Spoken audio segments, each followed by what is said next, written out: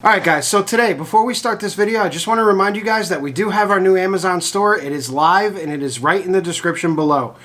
Click on that link and you guys will get to see some of the products that we use on a daily basis here. If you're wondering what some of the specialty tools are, they will be right down below. Click on those links, check it out. We also have apparel available. You can see that there are shirts and t-shirts and sweatshirts and all kinds of stuff available. So guys, click on those links, check them out, pick something up if you want to. If you don't, just watch the video. Here we go.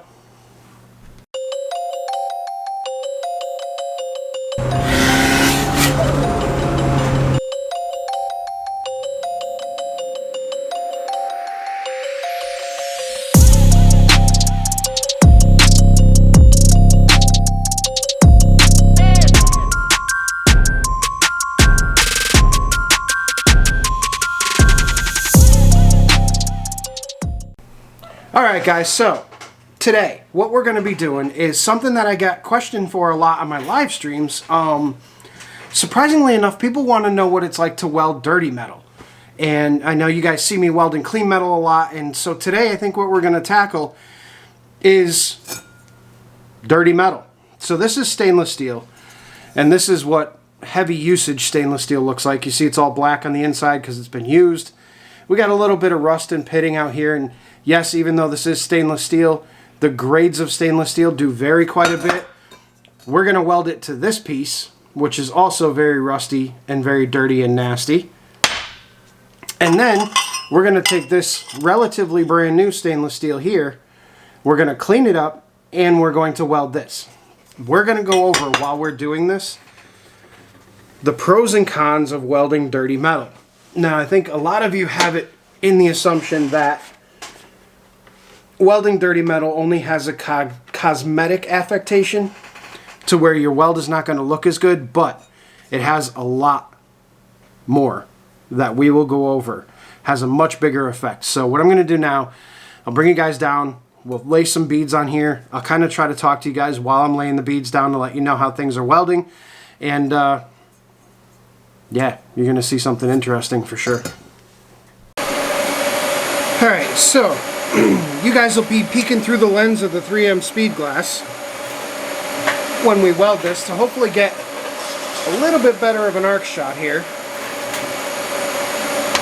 If you guys could see the setup that I have going right now, I'm using a rubber band and masking tape to hold the 3M to the thing. So what we're going to do is we're going to take these two pieces and we're going to weld them together. I'll start by tacking them, and then I'll run a bead across the top of it just so that you could see how terrible this is. So let's get this tacked up. And we're not going for any kind of perfection or any kind of strength or anything here. This is purely demonstration, so bear with me.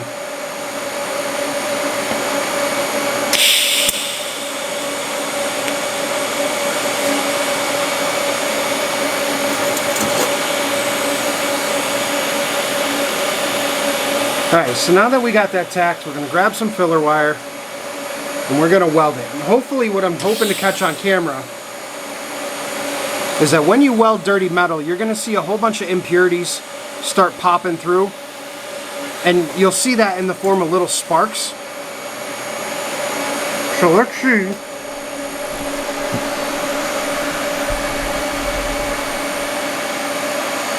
See if we can get an actual shot of the arc as we're doing this to show you guys how badly this stuff actually welds when it's dirty. So keep your eye out for the little sparks that go flying off of the arc.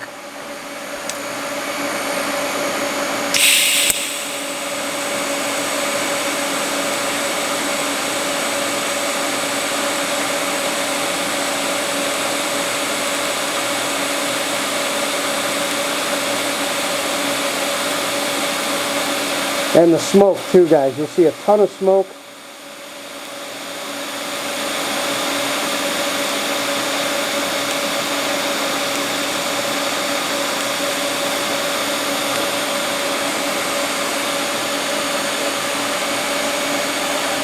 Alright, so that's enough of a test bead. And I'll be able to show you guys how truly terrible this looks.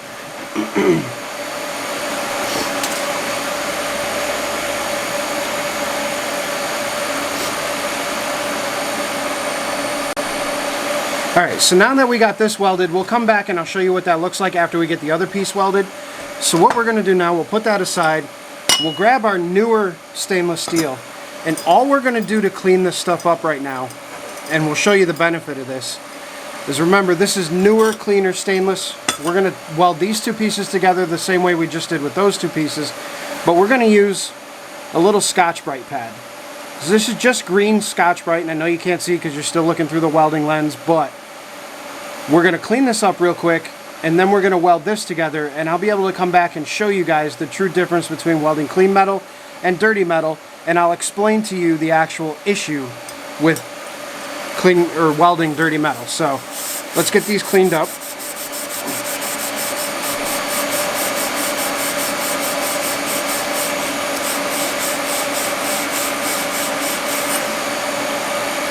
Alright, that one looks pretty good. Now we'll do the other side.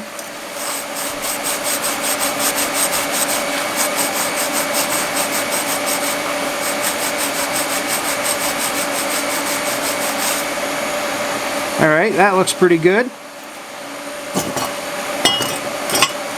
Now we're going to tack them together.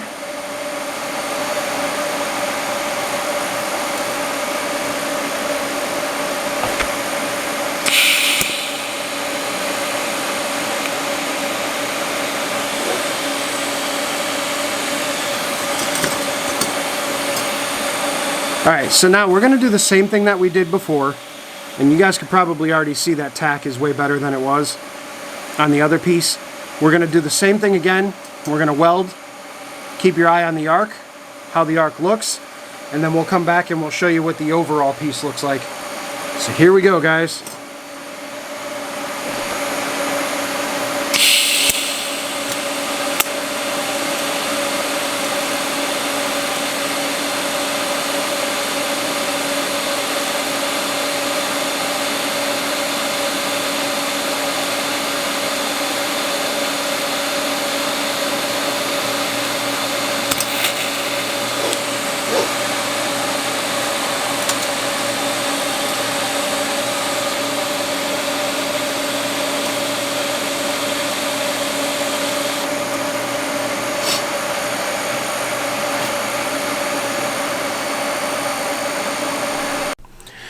Alright guys, battery went dead on the camera, so let's go over first the crappy weld on the crappy piece of stainless, the dirty stainless. Now we have no idea what grade of stainless this is, we have no clue what this poor stainless has been through, but by welding it we can see that without cleaning it, we get a very inconsistent bead, a very tall raised bead. There's not a whole lot of penetration there. You can see that towards the end of the weld, we started to heat the metal up, rather decently, but that weld just looks like absolute garbage. Now, here's the problem with this weld. I had to heat this metal up so much to get past all this grime and dirt and everything else that when the metal cooled, we now have a massive fit-up problem. And if we had tacked this side, it probably would have popped the tack. So, too much heat input,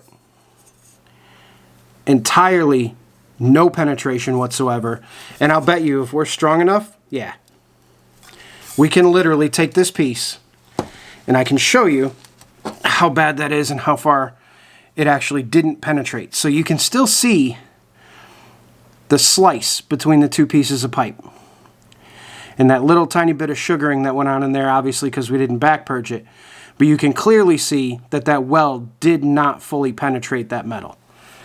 Now another little anomaly that we had, and I hope you saw it when I was welding this one, is that our arc was dancing quite a bit. And the reason being is when we were welding that crap piece of stainless, a piece of that dirt popped off, hit our tungsten, contaminated our tungsten, and caused our arc to go all over the place. Now you'll be able to see that when we look at this weld. So now this weld on the cleaned stainless steel is much better looking. Much more uniform. Again, this was demonstration, so don't criticize this. Plus we had tungsten inclusion, so we had an issue going on there.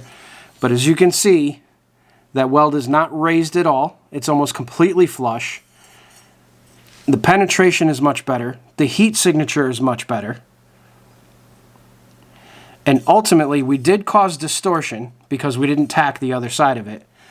But we had to use much less heat. We only used about 40 amps on that, 45 amps versus 60 on the other one. So now let's bend this open and see what it looks like inside penetration-wise. Now again, keep in mind that this was not back purged. So being that it was not back purged, you're going to have a ton of sugaring. But guys, look at that weld.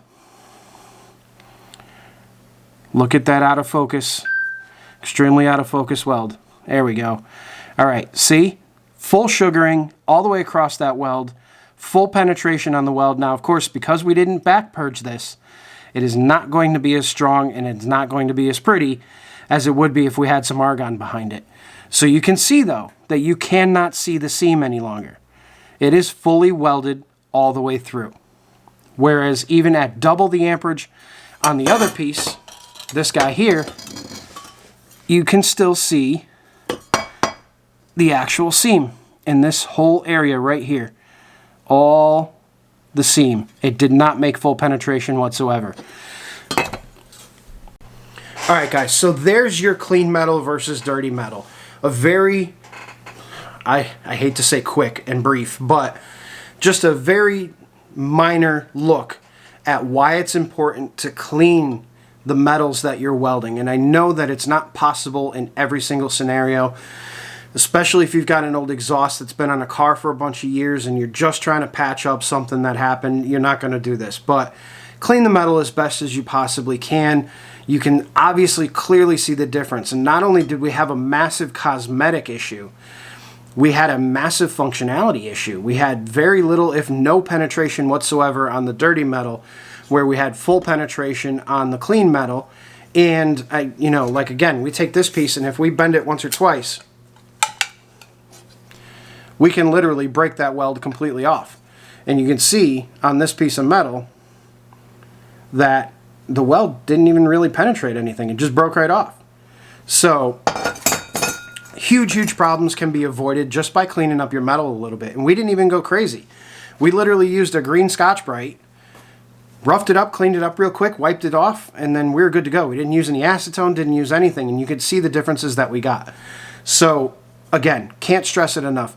Super important, guys, to clean any metal that you're working with. Aluminum is specifically one that you need to clean really well. You need to scuff that surface up. You need to get some acetone on there to get any grease and oils and any contaminants out of there. You need to make sure that whatever you're cutting the materials with is not leaving behind residue. Abrasive wheels and things like that can leave residue in your welds and dirty them up. It's good to invest in, and I don't have one right here, but what I do is I cut a lot of my tubing with abrasive wheels. I'm going to say it now. People hate that I do it, but I do it. But what I do is in the end, when I'm done cutting with the abrasive wheel, is I take just a metal file and file over all my edges. And that gets out any stuck abrasives or any stuck from the, the little cookie wheels or whatever you use. So it can definitely be beneficial. And then the third thing that we had happen was we had a tungsten inclusion. And tungsten inclusion basically means that something from the metal that you're welding, whether it be your filler rod or your actual base metal, contaminated your tungsten. We did contaminate the tungsten, and that's why the arc was jumping around. And then ultimately at the very end of it, trying to get a close enough arc so that I could show you guys something, we did a little tip and dip. And we dipped the tungsten into the filler rod and completely screwed it. So, yeah, that happens. We all make mistakes. There are no perfect welders out there. Everybody's going to dip their tungsten in the weld once in a while. But yeah, so just again, to reiterate, I know I sound like a broken record, but if you guys are getting into TIG welding and you're starting TIG welding for the first time, the worst thing you can do for yourself is to start with dirty metal. Clean up your metal. It doesn't matter what it is. If it's hot rolled steel, get all the mill scale off of it. If it's cold rolled steel, get all of the protection and the mill scale off of it. If you're doing stainless, you're going to want to clean it up. There aren't too many companies out there other than Stainless Bros that I know of that send you stainless that is pretty much ready to weld right out of the box. This stuff happens to be Vibrant, and Vibrant has been known for oh, well, I'm not really going to say it, but their quality is not the best, and you do really have to make sure that you're polishing this stuff up before you weld it, because you're running into all sorts of problems with it. But yeah, I hope you guys enjoyed that video. I know I was getting a lot of comments about it, and I hope to address some of those comments. I hope you learned a little something, and guys, clean metal is good metal. So hit that like button, hit that subscribe button. We're up over 10,000 now, guys, and the channel's climbing. This is so awesome. So thanks every one of you for watching. Happy welding.